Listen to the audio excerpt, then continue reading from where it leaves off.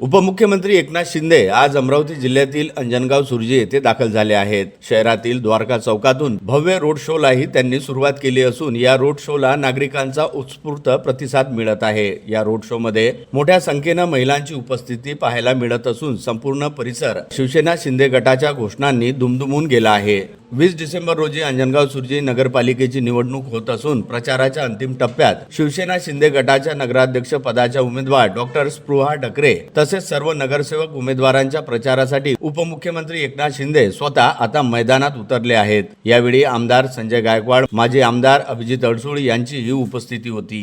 Road show मुळे अंजनगाव सुर्जीतील राजकीय वातावरण तापले असून निवडणुकीच्या पार्श्वभूमीवर ही भेट आता महत्त्वाची मानली जात आहे।